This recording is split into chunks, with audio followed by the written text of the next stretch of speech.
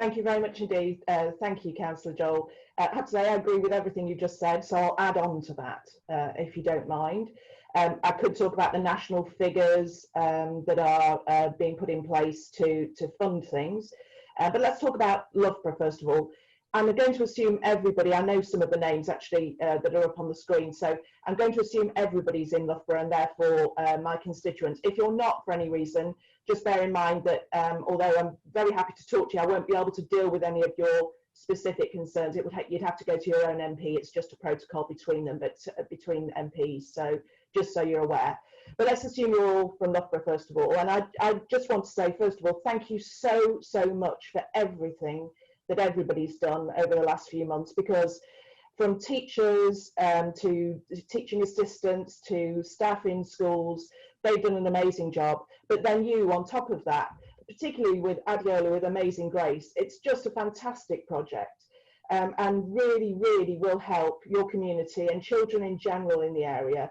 And it's amazing what has happened over the last few months. Loughborough's always been a very friendly town anyway. I've always thought that. It was part of my maiden speech where I talked about Team Loughborough.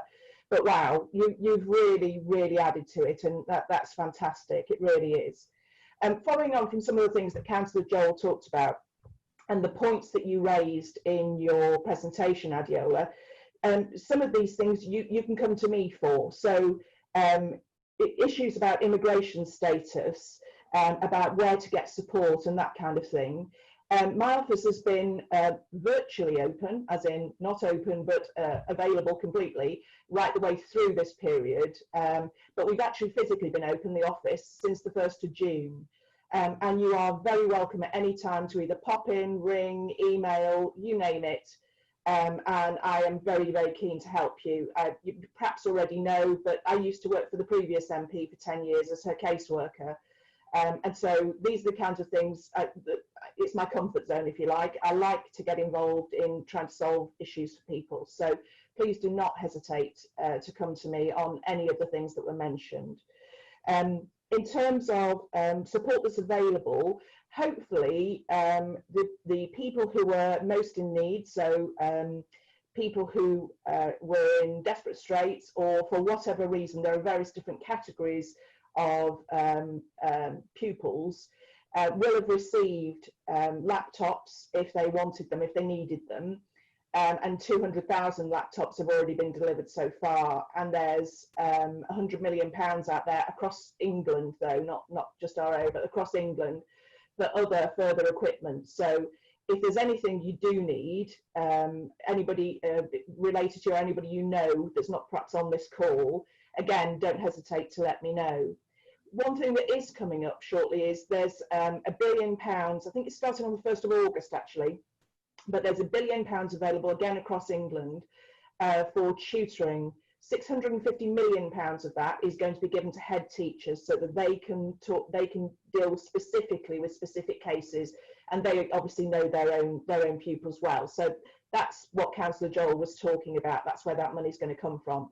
But there's £350 million on top of that for a national tutoring scheme.